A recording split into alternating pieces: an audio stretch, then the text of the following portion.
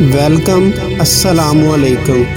एक शख्स की मोहब्बत आपको बताती है कि आप कौन हैं, आपकी औकात क्या है, बर्दाश्त कितनी है आप में, कितना ज़र्फ़ है आपका, कितने रहम दिल हैं आप, कितना गुस्सा है आप में, दर्द किसे कहते हैं, एहसास क्या चीज़ है, मांगना क्या होता है, गिड़गिड़ाना क्या होता है, झुकना क्या होता है, गिरना क्या होता है। और वैसे भी मोहब्बत अक्लमंद लोगों के साथ ज़्यादा देर तक नहीं चल सकती।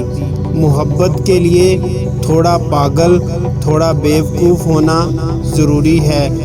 और अक्लमंद लोग मोहब्बत नहीं तिजारत करते हैं और हमेशा खसारा देखकर राह बदल दिया करते हैं।